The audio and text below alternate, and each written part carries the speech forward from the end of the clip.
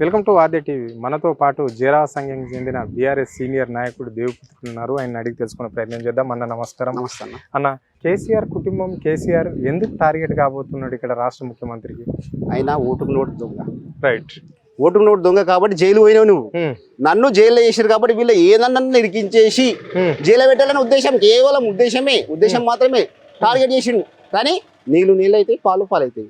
100% వాళ్ళు నిప్పుల్లోకి బయటకి వాళ్ళు వస్తారు. అడిగిన ముత్యం దాకా బయటకు వస్తారు. అంటే ఇక్కడ ఒక ప్రధాన ఛానల్లో కూడా రాష్ట్ర ముఖ్యమంత్రి ఇంటర్వ్యూ ఇవ్వడం అనేది జరిగింది. నేను ఈ రాష్ట్రానికి ముఖ్యమంత్రి, నాకు వాళ్ళతో ఏంది పోటీ, వాళ్ళతో సాటి ఏంది, నాకు రివెంజ్ రాజకీయాలను చేయవలసిన అవసరం 100% లేదు. సో వాళ్ళని టార్గెట్ చేస్తే నేను ఫస్ట్ ముఖ్యమంత్రి అయిన రోజే వాళ్ళని జైల్లోకి పంపించేవాడిని, నాకు అలాంటి ఉద్దేశం ఉండదని ఆయన కరాఖండిగా చెప్పిండు. చెప్పిండా? మరి 20 నెలల నుంచి ఏం చేసినావు నువ్వు? 20 నెలల నుంచి ఏం చేసినావు? లోకల్ బాడీ ఎలక్షన్స్ వస్తున్నాయని దీన్ని తెరపైకి తెచ్చినావు. మరి ఇన్ని రోజులు ఏం చేసినావు? మరి స్టార్టింగ్ లో చేసేది ఉంటే, నువ్వు ప్రమాణ స్వీకారం చేసేది ఉంటే, మళ్ళీ సిబిఐ ఎంక్వైరీ పెట్టి ఎందుకు పెట్టలేవు? మళ్ళా కుట్రపూరిత రాజకీయం లేకపోతే ఆ రోజే పెట్టి నుంచి నువ్వు నీ హామీలు పక్కకు పెట్టినావు. అంతా మొత్తం పాలిటిక్స్, డైవర్షన్ పాలిటిక్స్ అన్న. ఎప్పుడైతే జనాలు హామీలు అడగగలరు, జనాల దృష్టిని మలుస్తున్నారు, సిబిఐ మీకు మలుస్తున్నారు అంతే.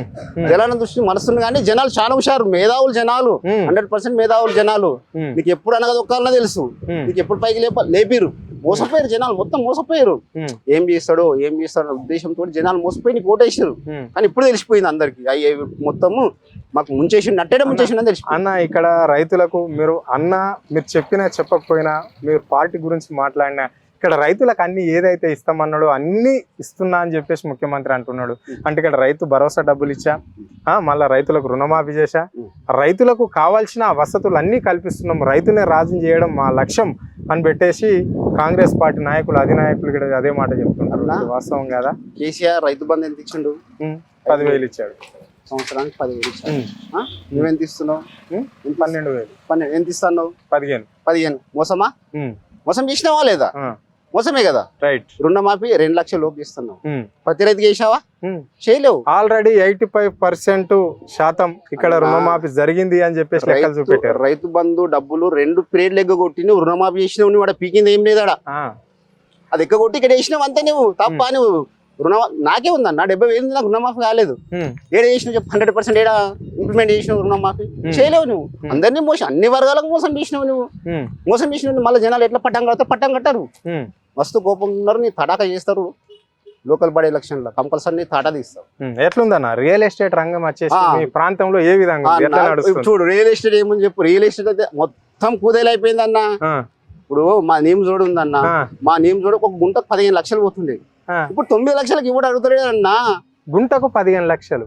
గుంటకు 15 లక్షలు ఉండే. అంటే ఎకరా ఫర్ ఎంత అయితే చెప్పు? 6 crores అయితే అంత ఉండే. ఇప్పుడు ఏంది? గుంటకు 9 లక్షలు ఇద్దామంటే ఎవరు ఏందన్నా? ఈ గవర్నమెంట్ వచ్చి నుంచి రియల్ ఎస్టేట్ లేదన్నా, మేము ఏం చేయాలంటారు. వీడు ఎప్పుడు పోతాడో అన్నట్టుంది మాకు అంటారు. రియల్ ఎస్టేట్ అందరూ పాపం చాలా ఇబ్బందులు. ఏందన్నా, ఇక్కడ ఈ ప్రాంతంలో చాలా కంపెనీలు కూడా ఉంటాయి. మరి ఇంకో కంపెనీ కూడా వస్తే ఎందుకు ఇక్కడ అద్దంటున్నారు? ఫార్మా విలేజ్ అని చెప్పేసి ఇక్కడ డప్పూర్ దగ్గర కంపెనీ కూడా తీసుకొస్తే, అంటే కావాలని మీలాంటి వాళ్ళు బీఆర్ఎస్ నాయకులే కావాలని కంపెనీలకు అడ్డం పడుతున్నారు అని చెప్పేసి ఇక్కడ ప్రజలను అభివృద్ధి చేయకుండా కొంతమంది బీఆర్ఎస్ నాయకులు కావాలని చేస్తున్న కుట్ర ఫలితమే అని చెప్పేసి ఇక్కడ ముఖ్యమంత్రి అంటున్నాడు కదా. ఇది నిజమేనా? You're state boss. నువ్వు state boss. Right. State boss ఉన్నప్పుడు ఎవరు అడుకుంటే నువ్వు వింటావా? నువ్వు వినలేవు. చేయాలనుకుంటే చేస్తావు. నీకు చేసే అవకాశం కాకపోతే నువ్వు దాకొచ్చు. ఎవరు అడుకోవచ్చు? డప్పుర్ విషయంలో అదే జరిగింది కదా. ఎవరు అడుకున్నారు? బీఆర్ఎస్ పార్టీ నాయకులు, బీఆర్ఎస్ మీలాంటి కార్యకర్తలే అడుకున్నారు. ముఖ్యమంత్రి అంటున్నాడు. ఆయన అంటాడు ఏదో మాకు బదలం చేయాలన్న మెత్తం. లగచర్ల విషయంలో అదే జరిగింది కదా. టార్గెట్ రామన్నపేటలో అదే జరిగింది. రాబోయే ఎలక్షన్ల వీళ్ళు ఎక్కడైనా అధికారం రాగలరు అనే ఉద్దేశంతో మాకు బదలం చేస్తున్నా అంత తప్ప ఆడ నిజాలు ఏం లేవు. అంతేనా? మొత్తం బదలం. మరి ఎందుకన్నా ఈ రాష్ట్రంలో కాంగ్రెస్ పార్టీకి, ఈ రాష్ట్ర సర్కార్కు ఎందుకు బీఆర్ఎస్ నాయకులు కావచ్చు, బీఆర్ఎస్ విద్యార్థి నాయకులు ఎందుకు టార్గెట్ అవుతున్నారు? ఎందుకు కేసులు పెడుతున్నారు వాళ్ళ మీద? కేసులు పెడితేనే కదా వీళ్ళు ముందుకు రారు. లేకపోతే నిలదీస్తారు. గలిపోతే నిలదీస్తారు. నిలదీయకుండా ఏం చేయాలంటే కేసులు పెట్టాలి. కేసులు ఇప్పుడు టీఆర్ఎస్ పార్టీ అంటే కూడా ఉద్యమం పార్టీ అన్నా. కేసులకు భయపడదు ఇది. అస్సలు కేసులు 30 కేసులు చేయగానే భయపడరు. టీఆర్ఎస్ నాయకులు భయపడరు. టీఆర్ఎస్ కార్యకర్తలు భయపడరు. ఉద్యమ పార్టీ టీఆర్ఎస్ అంటే ఉద్యమ పార్టీ.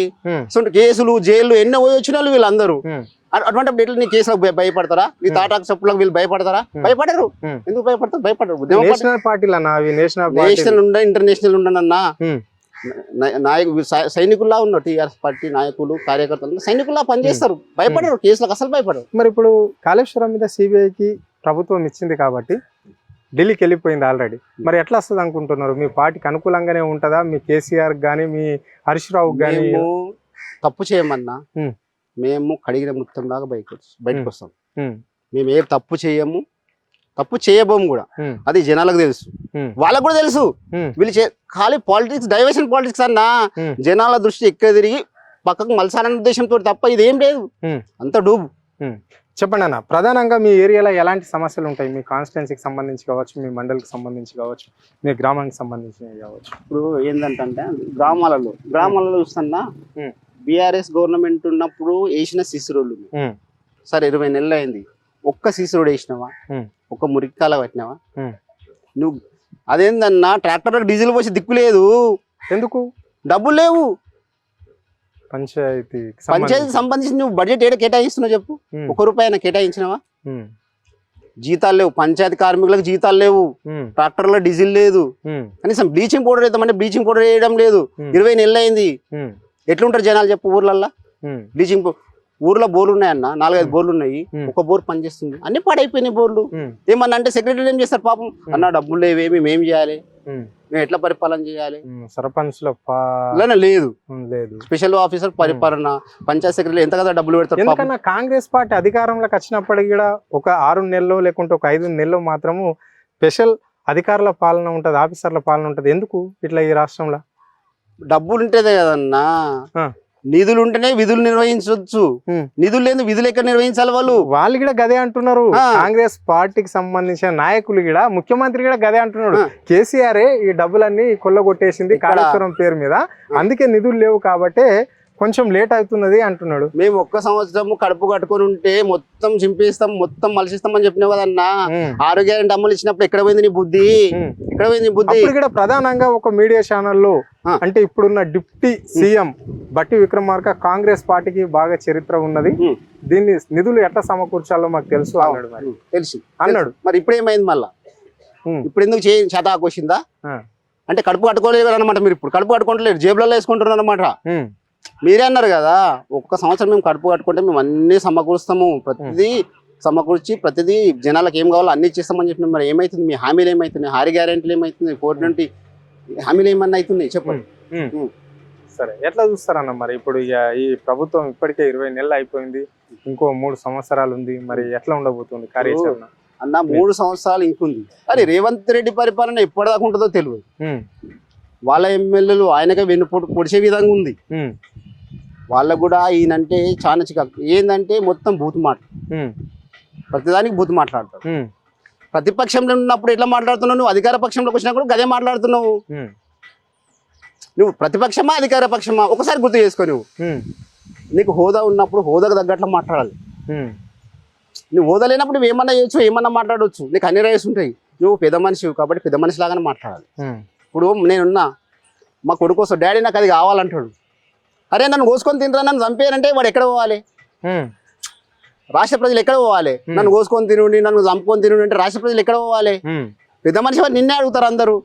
చేస్తా బెట్ట, కొద్దిసేపు బాగుండి, టైం బాగలేదు, ఎక్కడి నుంచో బడ్జెట్ సమకూరుస్తా, డబ్బులు సమకూరుస్తా, చేస్తా అని చెప్పాలి. కానీ నన్ను కోసుకొని తినుండి, నన్ను దీనుండి చంపేయండి అంటే ఏమన్నమాట? అది అధికారం ఉన్నప్పుడు, హోదా ఉన్నప్పుడు హోదా దగ్గర మాట్లాడాలి. Okay, right. ఇది ఈరోజు బీఆర్ఎస్ సీనియర్ నాయకునితోటి దేవప్రతోని FPF